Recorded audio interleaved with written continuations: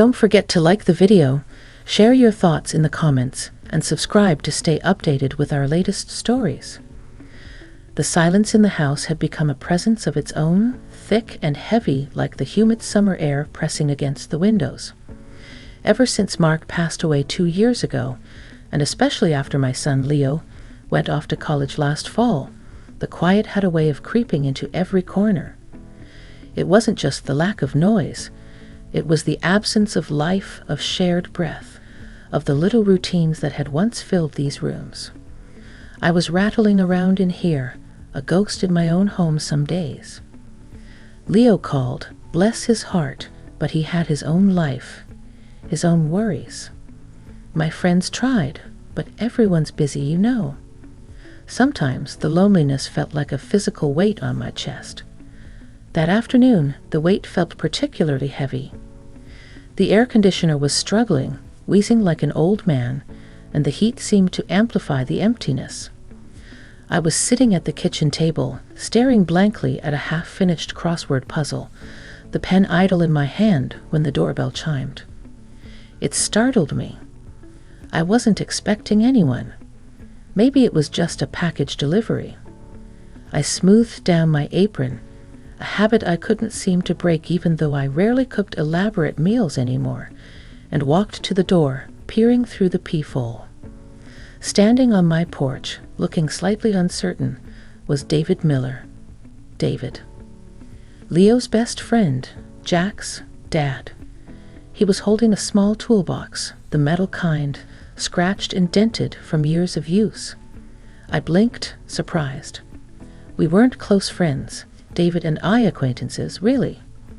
We'd nod hello at school events, exchange pleasantries during soccer game pickups. His wife, Karen, and I were a bit friendlier, but David? He was always quiet, kept to himself mostly. A nice enough guy, just reserved. I opened the door, trying to arrange my face into a welcoming expression. David? Hi. Everything okay? He offered a small, hesitant smile. He looked tired, I noticed. Lines around his eyes I hadn't paid attention to before. He shifted the toolbox in his hand. Hi, Sarah. Sorry to bother you. I hope this isn't a bad time. He gestured vaguely towards the house. Leo mentioned to Jack. Well, Jack mentioned to me that your air conditioner was acting up again. Said you were having a tough time with the heat. My cheeks flushed slightly. Leo. Of course. My sweet, worrying boy, relaying my minor complaints across state lines. Oh, I said, feeling a mix of embarrassment and gratitude. It's struggling a bit, yeah. But please, you didn't have to come over. No bother at all, he insisted, his voice low and steady. I was just tinkering in the garage anyway. Figured I could take a quick look, if you don't mind. Sometimes it's just a simple fix, you know. Filter needs changing, maybe drain lines clogged. He wasn't pushy, just offering. Standing there on my porch, the sun beating down, his offer felt like more than just fixing an appliance. It felt like a small kindness in a world that had felt increasingly indifferent. Well, I hesitated, then stepped back, holding the door wider. That's incredibly nice of you, David. Please, come in. Don't mind the mess. He stepped inside, bringing with him the scent of sawdust and maybe a little motor oil. It was a strangely comforting smell, grounded and real. The house suddenly felt a little less empty with him standing in the entryway, looking around not with judgment, but with a sort of quiet observation. Don't worry about any mess, he said, his eyes briefly meeting mine. Life happens. He wasn't wrong. Life had certainly happened in this house. Joy, laughter, arguments, tears, and now, this quiet waiting. I led him through the living room towards the thermostat, conscious of the dust motes dancing in the afternoon light, slanting through the blinds, conscious of the pile of unopened mail on the side table. He followed, his footsteps solid on the hardwood floor. It was strange having another man in the house, someone other than Mark or Leo. Not bad strange, just different. Unfamiliar territory. He stopped at the thermostat, listened to the wheezing coming from the vents. "Yeah, sounds like she's working too hard," he murmured, more to himself than to me. "Mind if I check the unit outside first?" "Not at all," I said. "It's just around back." As he headed towards the back door, toolbox bumping gently against his leg, I lingered for a moment. Why asterisk had asterisk he come? Was it really just about the AC? Leo must have sounded pretty worried.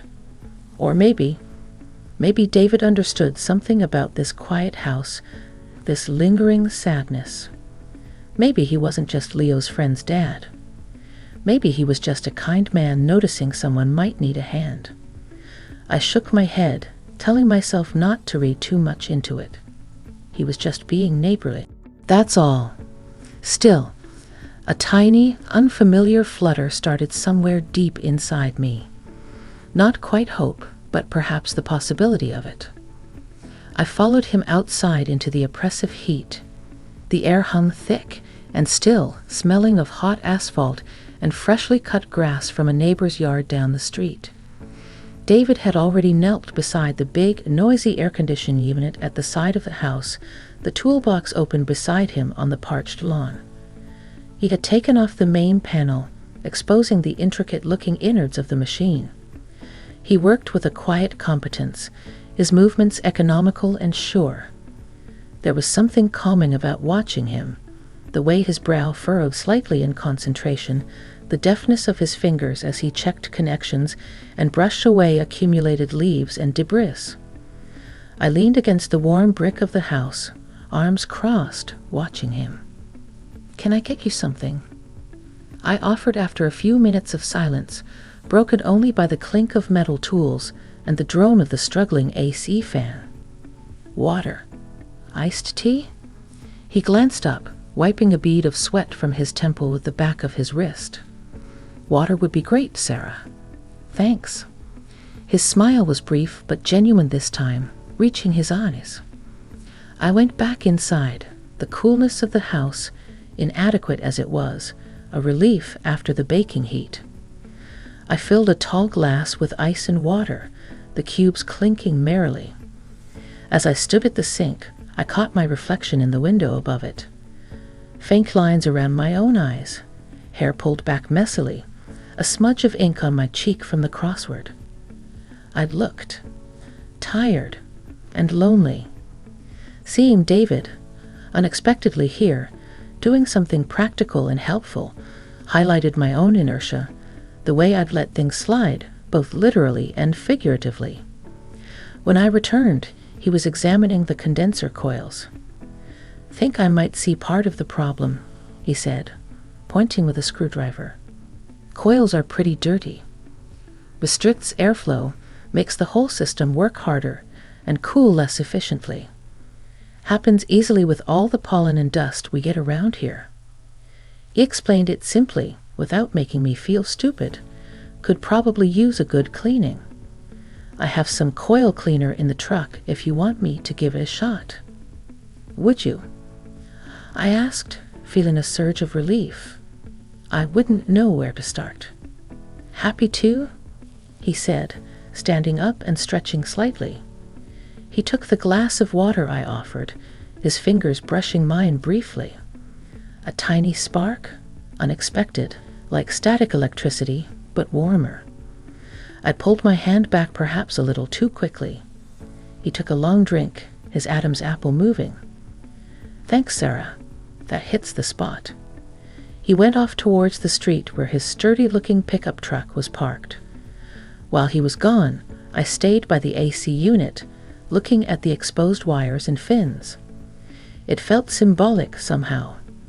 My life felt a bit like that, components not quite working together smoothly, clogged up with the debris of the past. David returned with a spray bottle filled with foaming cleaner. He applied it methodically to the coils, the foam expanding and starting to drip down, carrying dirt with it. "We let this sit for a bit, then rinse it off gently," he explained. We stood there in companionable silence for a few minutes, watching the cleaner work its magic. The quiet wasn't uncomfortable, surprisingly. It felt different from the heavy silence inside the house. This was a shared quiet, punctuated by the chirp of cicadas and the distant sound of children playing. "So," David said eventually, breaking the silence as he picked up a stray leaf from the top of the unit. "Leo enjoying his classes?" It was the standard parent question, the bridge we always used. "He is." I smiled, genuinely this time. "Loves the freedom, complains about the workload." Typical freshman stuff. "How's Jack doing?" "Same," he chuckled softly. Trying to balance engineering homework with wanting to go to every party on campus. Karen worries, but he's a good kid. They both are. They really are, I agreed. Talking about the boys felt safe, familiar ground. We chatted easily for a while, sharing anecdotes about their childhood antics, the challenges of letting them go, the odd mixture of pride and melancholy that came with an emptying nest. It struck me how little I actually knew about David, despite our sons being friends for years.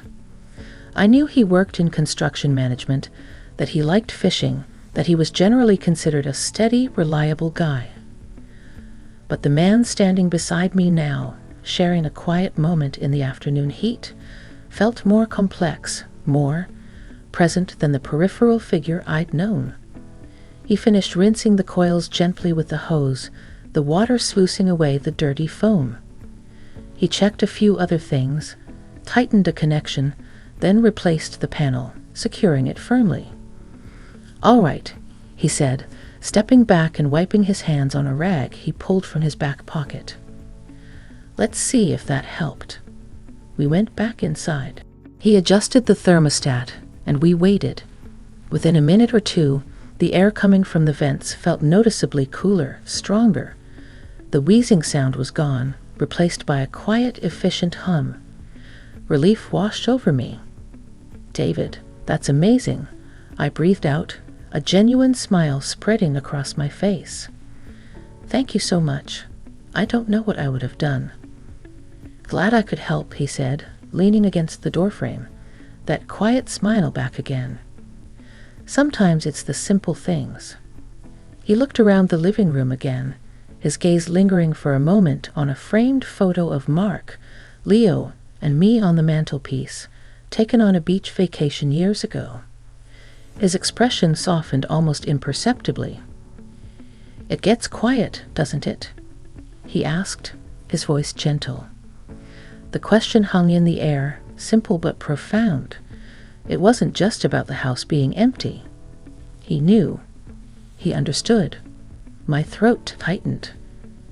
I could only nod, unable to speak for a moment. The easy chat about the kids dissolved, leaving something more vulnerable exposed between us. He wasn't just fixing my air conditioner. He was seeing the cracks in my composure, the dust on my life, and he wasn't judging. He was acknowledging it. And in that moment, the connection felt startlingly real, deeper than years of sideline small talk had ever allowed. The air conditioner hummed softly, efficiently now, pushing cool air into the room, a stark contrast to the heavy heat outside and the sudden, unexpected warmth looming in my chest. David was still leaning against the doorframe, his gaze thoughtful, no longer looking at the photograph, but at me. There was an openness in his expression I hadn't seen before, a vulnerability that mirrored my own. "You know," he started, then hesitated, rubbing the back of his neck. "Karen and I, we went through a rough patch a few years back, before Jack went to college.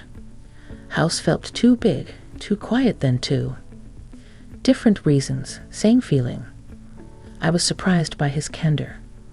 Karen always seemed so put together, their family life the picture of suburban stability. It was a reminder that you never really know what goes on behind closed doors, behind polite smiles at school functions. "I'm sorry to hear that," I said softly. "Is everything okay now?" He gave a slow nod. "Yeah, mostly. We worked through it. Took effort. But that feeling, that echo in an empty room, I remember it." His honesty was disarming. It chipped away another layer of my own reserve. I found myself wanting to share something real in return, something beyond the usual pleasantries. "It's the evenings," I admitted, the words tumbling out before I could second-guess them. "After dinner, Mark and I always. We had our routines. Watched TV, talked about our day. Now it's just me and the remote control, clicking through channels I don't even see." I hadn't said that out loud to anyone, not really. Not with that level of raw honesty. He didn't offer platitudes or easy answers. He just listened, his eyes holding mine. "Routines are hard to break," he said quietly. "Harder still when there's no one there to share the new ones with." He pushed himself off the doorframe and took a step further into the room, closing the distance between us slightly. He gestured towards the kitchen. "You mind if I wash up quickly before I head out?" "Oh, of course," I said, flustered for a second by the shift back to practicalities. "Down the hall, first door on the left." He nodded and headed down the hallway. I stood there for a moment, my heart beating a little faster than it should. This conversation felt significant, charged with an undercurrent of shared experience, of unspoken understanding. It was more intimate than any conversation I'd had in a long time, maybe ever, with someone I barely knew. When he came back, drying his hands on a paper towel, the brief spell seemed to have broken slightly. He picked up his toolbox from the entryway floor. "Well, hopefully that keeps things cool for you for a while," he said, his tone back to being more neighborly. "If it acts up again, don't hesitate to call. Seriously." "I won't," I promised. "And David, thank you. Really, not just for the AC." He met my gaze again, and the understanding was back in his eyes. "Anytime, Sarah." He reached for the doorknob, then paused, turning back slightly. "Listen," he said, his voice lower again. "This might be forward, but if you ever just want to, not face the quiet evening alone, maybe grab a coffee sometime. Or just talk." The offer hung in the air, unexpected, gentle. It wasn't a come on, not the way some men might have meant it. It felt like an extension of the kindness he'd already shown, an offer of simple companionship. Loneliness recognized loneliness. My throat felt thick again. Part of me, the cautious part that had kept everyone at arm's length for 2 years, wanted to politely decline, to retreat back into my safe, quiet shell. But another part, the part that felt soothed by his quiet presence, by his understanding, felt a flicker of something else. A possibility. I'd like that, David," I heard myself say, the words soft but clear in the cool air. A slow smile spread across his face, lighting up his features. Yeah, I confirmed, managing a small smile of my own. "Okay," he said, seeming genuinely pleased. "Okay, well, I'll let you know." He opened the door, the bright, hot sunlight flooding the entryway. He gave me one last look, a look that held warmth and a newfound connection, then stepped out onto the porch. "See you around, Sarah." "See you, David." I watched him walk down the path to his truck, his toolbox swinging lightly by his side. He got in, started the engine, and gave a brief wave before pulling away from the curb. I closed the door slowly, leaning my forehead against the cool wood for a moment. The house was quiet again, but this time the silence felt different. it wasn't empty. It was filled with the echo of shared vulnerability, the hum of a repaired air conditioner, and the surprising, tentative promise of a new connection. I walked back to the kitchen table, looked at the half-finished crossword, and realized I didn't feel like finishing it anymore. Something had shifted, not just in the temperature of the house, but inside me. A small, unexpected repair had taken place, and it had nothing to do with coils or coolant. The days following David's visit felt different. The air conditioner hummed along nicely, a constant reminder of his unexpected kindness.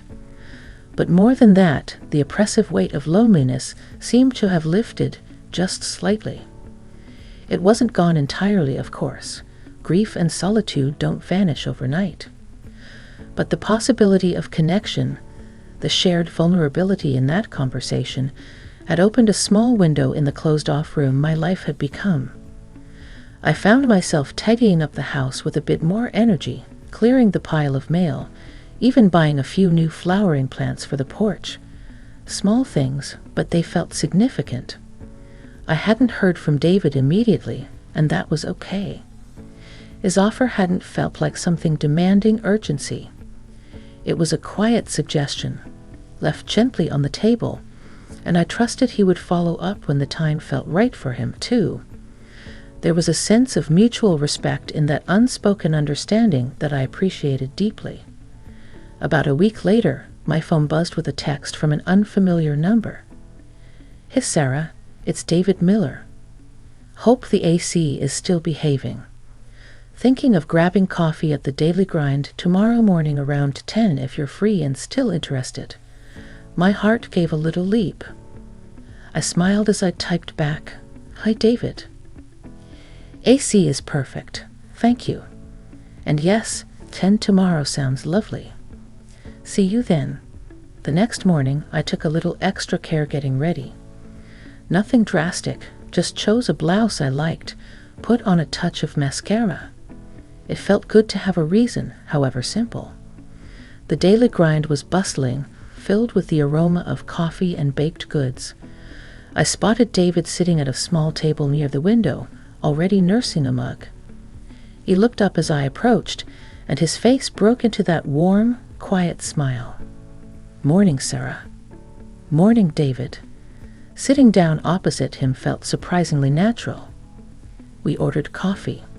A latte for me, black coffee for him, and the conversation flowed easily, picking up almost where we'd left off.